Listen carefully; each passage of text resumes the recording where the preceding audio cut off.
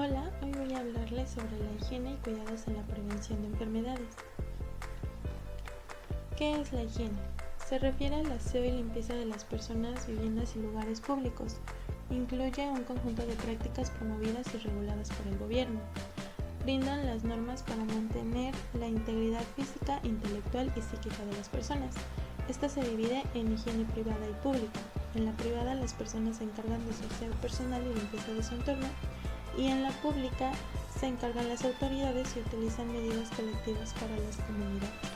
En esta clasificación encontramos la higiene postural, en la que se debe evitar posturas que perjudiquen a la columna, ya que ésta soporta gran parte de nuestro peso. En la higiene del lugar son todas las medidas que tienden a prevenir infecciones y cuidar la salud de los que viven en esta. Por esto, la desinfección es parte importante de la limpieza diaria del hogar. La higiene en la cocina consiste en eliminar las bacterias de alimentos, utensilios que utilizamos para preparar la comida. Y en la higiene del baño se deben de desinfectar superficies y cada quien debe tener sus propios artefactos de limpieza, como el cepillo de dientes. La higiene de mascotas debe ser asearlo constantemente y mantener su salud en óptimas condiciones. La higiene corporal es un conjunto de actividades para mantener una correcta limpieza del cuerpo, como la piel, el cabello y las uñas. Las consecuencias de una higiene deficiente. En la mayoría de las enfermedades en la primera infancia tienen como causa los gérmenes que transmiten por vía bucal a través de los alimentos o por agua y manos sucias. Se calcula que las enfermedades diarreicas causan 1.5 millones de fallecimientos cada año. De acuerdo con las estimaciones de la OMS, el 58% de estas enfermedades se debe a la ausencia de agua salubre y a un saneamiento e higiene deficientes. La mala higiene de los alimentos y la cocina provocan enfermedades gastrointestinales en la mayoría de los casos. En esta tabla podemos observar las enfermedades que nos puede causar una mala higiene. Por ejemplo, una mala higiene corporal y de baño causa gripe, pie de atleta, campylobacter, infecciones urinarias, problemas cutáneos, alergias, enfermedades de transmisión sexual y puede agravar enfermedades de articulaciones. La mala higiene de los alimentos, por otro lado, puede causar gastroenteritis, salmonelosis, la cual se encuentra en los intestinos de las personas y los animales, que se puede contagiar al no lavar bien la comida o no tener una buena cocción. La listeriosis es causada por una bacteria que está presente en los animales, agua y suelo. Puede causar síntomas gastrointestinales, meningitis, septicemia o provocar daños en otros órganos. El síndrome urémico hemolítico es causado por infecciones gastrointestinales básicas y la más frecuente es E. coli, afectando principalmente a niños menores de 5 años. Las enfermedades por mala higiene bucal pueden ser la citomegalovirus, que se contagia por fluidos corporales, afectando principalmente a los fectos y es causa de malformaciones. La gingivitis, que se contagia oralmente, causa inflamaciones, sangrado y caída de dientes. Da por la acumulación de la placa de estos. Las paperas son transmitidas por saliva. Las infecciones por estreptococo pueden causar amigdalitis o anginas. La candidiasis es causada por hongos que se pueden transmitir directamente en un beso. La herpes oral, que es la infección en los labios, encías, boca, de fácil contagio solo por contacto. La hepatitis B, que es por prácticas sexuales, pero también se puede hallar o contagiar en la boca. En cuanto a la prevención de enfermedades, los hábitos de higiene como el lavado de manos, la inocuidad de los alimentos y el agua pueden prevenir la propagación de microorganismos que causan enfermedades infecciosas como la estomacal, viral y de los aparatos reproductivos. La educación profiláctica es la rama de la medicina que se ocupa de la prevención de enfermedades y hay muchas medidas de precaución que se pueden aplicar, como las que están escritas aquí. Las autoridades tienen una participación activa en lo que se refiere a la educación profiláctica, ya que ellos son los que promueven en gran parte varias de estas medidas y regulan leyes para evitar enfermedades y el cuidado correcto de instalaciones tanto públicas como privadas. Como podemos notar, la higiene de la cabeza se divide en varias partes y comenzamos con la higiene del cabello, que esta es por medio del cepillado, el peinado y lavado con agua y shampoo. Esto se hace para evitar que se instalen parásitos como los piojos, que es principalmente en niños lo que sucede. La higiene de la cara se debe realizar 2 veces al día, una al levantarse para quitar secreciones de los ojos y al acostarse para eliminar el polvo atmosférico y los gérmenes que se adhieren durante todo el día. La higiene de los ojos es normalmente por ellos mismos, con las lágrimas. Solo lavaremos el contorno palpabrial, quitando todas las pestañas, lagañas y polvo sin restregar los párpados, ya que esto podría provocar irritación. La higiene de los oídos es quitar los depósitos de cera que se acumulan en el conducto auditivo externo y dificultan la percepción de los sonidos. Para ello nunca debemos utilizar algún instrumento punzante. La higiene de las fosas nasales se reduce al uso de pañuelos. No son aconsejables los lavajes nasales, a menos que lo recete médico. Y la cavidad bucal es un lugar propicio para la penetración de numerosos gérmenes. Y por esto debemos, después de cada comida, enjuagar y proceder a la limpieza de la dentadura. La higiene del descanso trata del reposo diario que se da a través del sueño. Esta es una necesidad que se debe satisfacer en los niños principalmente, pero si no llega a ser así, produce en los niños fatiga y dificultad en el aprendizaje e influye negativamente en su equilibrio personal. Los niños deben de acostarse y levantarse todos los días aproximadamente a la misma hora. Un niño fatigado pierde destreza en el área física y en el área mental. Al tener una buena postura, evitamos tener problemas de espalda, malformaciones o que los niños sufran algún trastorno psicomotor. En los beneficios del deporte, se aumenta la elasticidad de los músculos y permiten estos una mayor amplitud del movimiento respiratorio en los niños, por lo que aumenta la cantidad de aire que entra en los pulmones y de esta forma se benefician los aparatos respiratorio y circulatorio.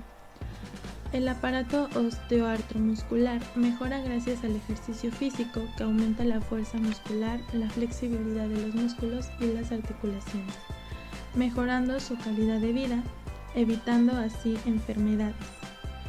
Esta elección de deporte debe ser adecuada a la edad y a las condiciones físicas de cada niño. Hábitos de higiene. Hábitos de higiene de los alimentos. Como primer punto, tenemos la seguridad alimentaria y nutricional. Este es un derecho de todos los seres humanos. Para lograrla, es necesario el esfuerzo de todos y todas. Se alcanza mediante el cambio de actitud, hábitos alimenticios, aprovechamiento, cuidado y conservación de los recursos de nuestro entorno. Como segundo punto tenemos el lavado de alimentos. Este es un punto importante para la salud.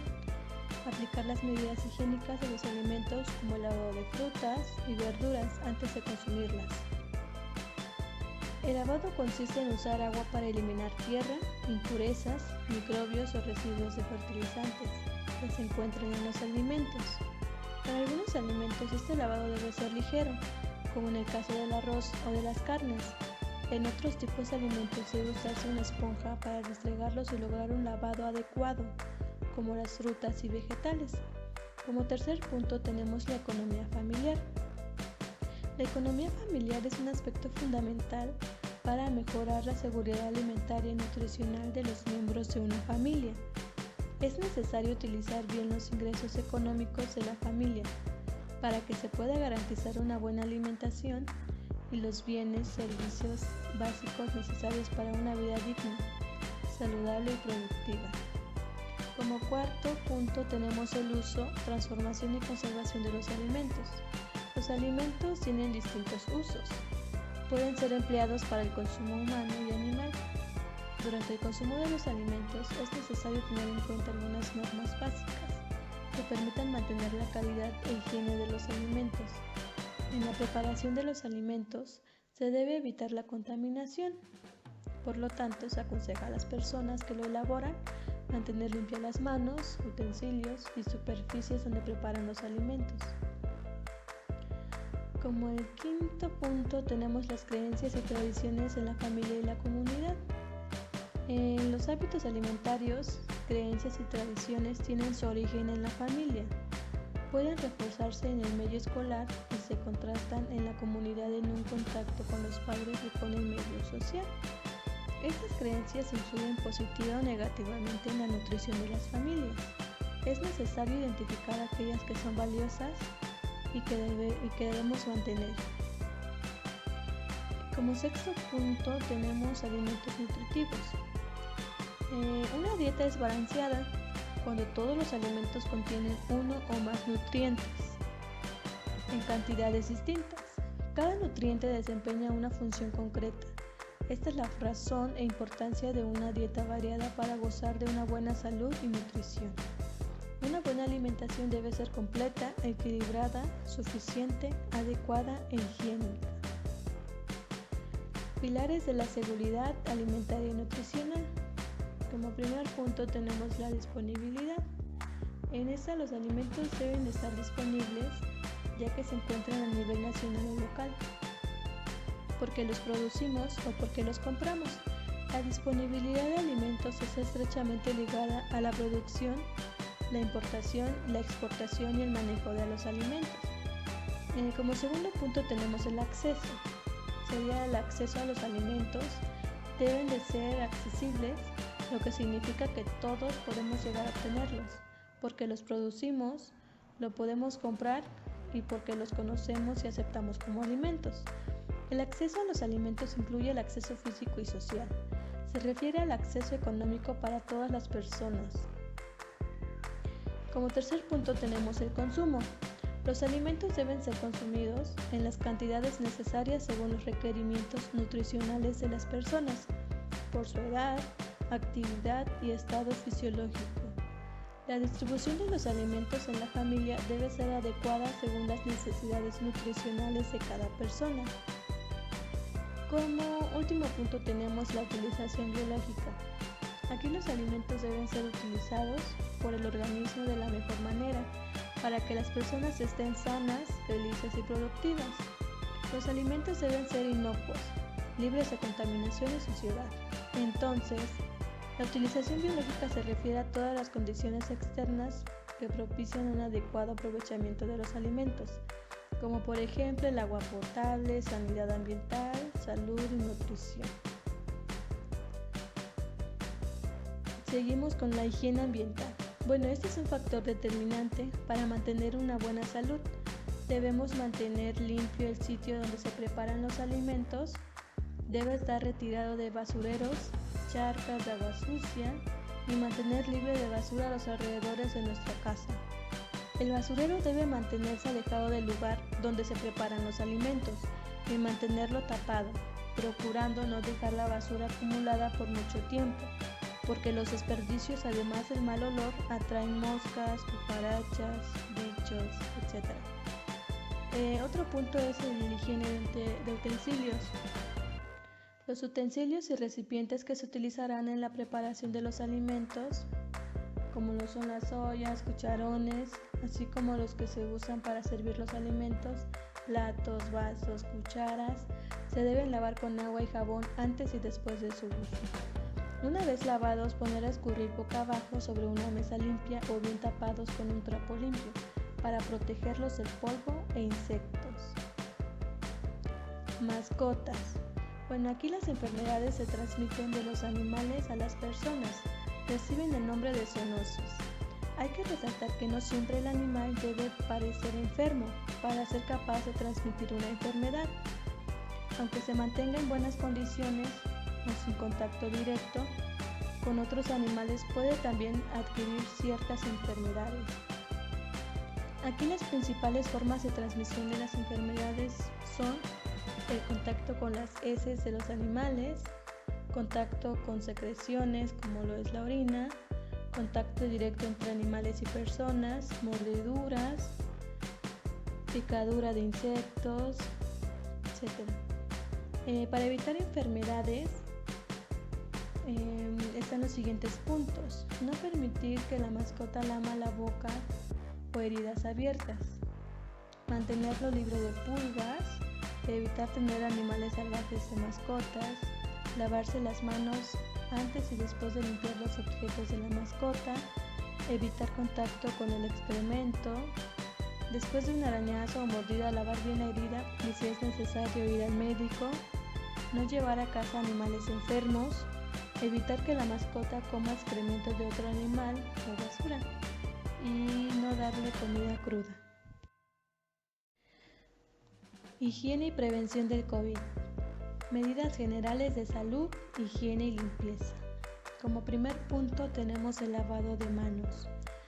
Debe de realizarse antes y después de comer, antes y después de ir al baño, antes y después de limpiar la nariz, después de toser o estornudar, después de estar en contacto con la basura, etc.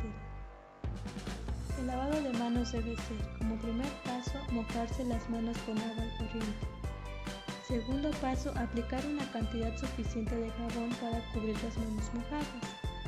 Como tercer paso, frotar por toda la superficie de las manos, lo que es el dorso, el espacio entre los dedos y debajo de las uñas, durante al menos 20 segundos, acompañados de una canción.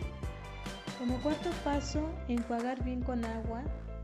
Y como quinto paso, secarse las manos con un paño limpio o una toalla de un solo uso y desecharla. Otro punto importante: estornudar y toser en la parte interna del codo. Si el niño tiene algún síntoma de resfriado como los estornudos o la tos, es importante enseñarle a realizar estas dos acciones en la parte interna del codo.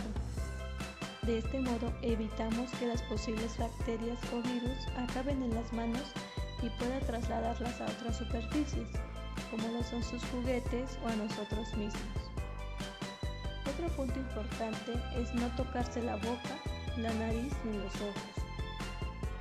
Es otra medida más recomendable para prevenir los contagios de COVID. En la medida de lo posible debemos recordar a los más pequeños que no deben tocarse ninguna parte de la cara, sin antes lavarse las manos.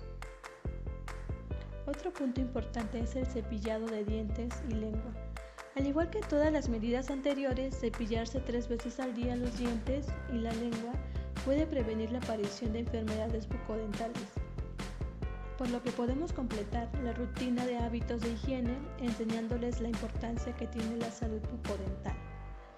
Aunque estemos en casa todos juntos, debemos de comprender la importancia de mantener las distancias de seguridad, también en casa, intentando mantener al menos 1 metro los unos de los otros siempre que sea posible. Entonces, nuestro papel como puericultista será, en conjunto con los padres, inculcar los hábitos de higiene desde el primer contacto con los niños, haciéndolos conscientes de qué es y para qué sirven los hábitos de higiene, enseñando siempre con el ejemplo y diseñando actividades que, dependiendo de su edad, desarrollo y situación ambiental, puedan realizar sin problemas, siempre con amor y paciencia y una sonrisa, ya que así será más fácil que el niño aprenda este tipo de hábitos y pueda transmitirlos cuando sea mayor. Algunas actividades para fomentar la higiene en los niños son incluirlo en las actividades del hogar, por ejemplo, juegos para que nos ayuden a poner la mesa, enseñarle a lavar las verduras o frutas que a él se le antoje comer, impulsarlos y reconocer cuando llevan a cabo una higiene adecuada, felicitarlos cuando hacen correctamente el lavado de dientes o cuando recogen sus juguetes, tener un espacio limpio y organizado, Si nosotros tenemos nuestro cuarto o la sala limpia, ellos tendrán o aprenderán con el tiempo a también tener su cuarto limpio. Enseñarles desde pequeños una rutina. Desde bebés podemos comenzar a establecer rutinas, por ejemplo, la hora de dormir, la hora de comer, la hora de bañarse. Dejar que elijan sus objetos de aseo. Ellos podrán elegir el color o dibujo del que quieran, su cepillo de dientes, su toalla, también si se puede el shampoo o la esponja con la que se bañan. Aprender canciones sobre la higiene, por ejemplo de lavado de manos, ayudarán al momento de realizar la acción, ya que ya sabrán cómo hacerlo.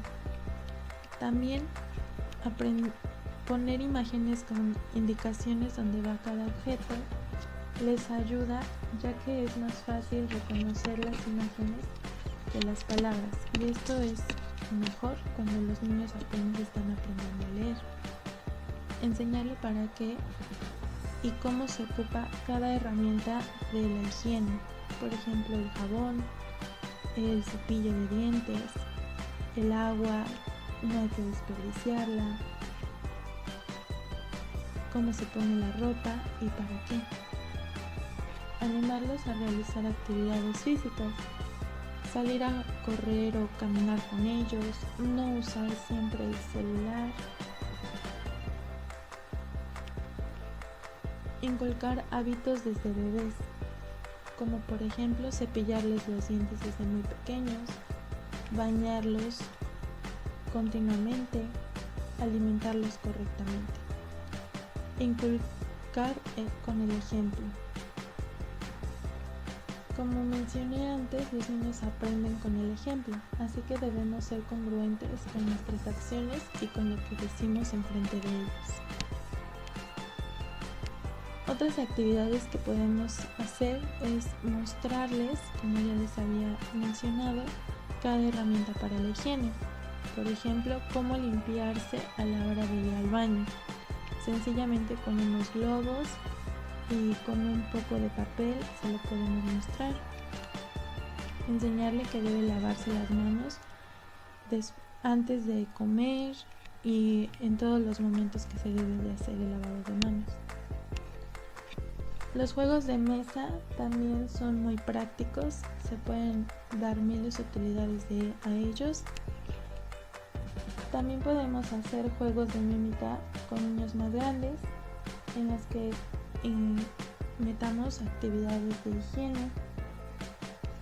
También podemos dejar que los niños bañen a sus muñecos, proporcionándoles las herramientas que van a ocupar, explicándoles para qué son y cómo lo van a hacer. También otra actividad es con diamantina, podemos representar los gérmenes y ellos se lavarán las manos.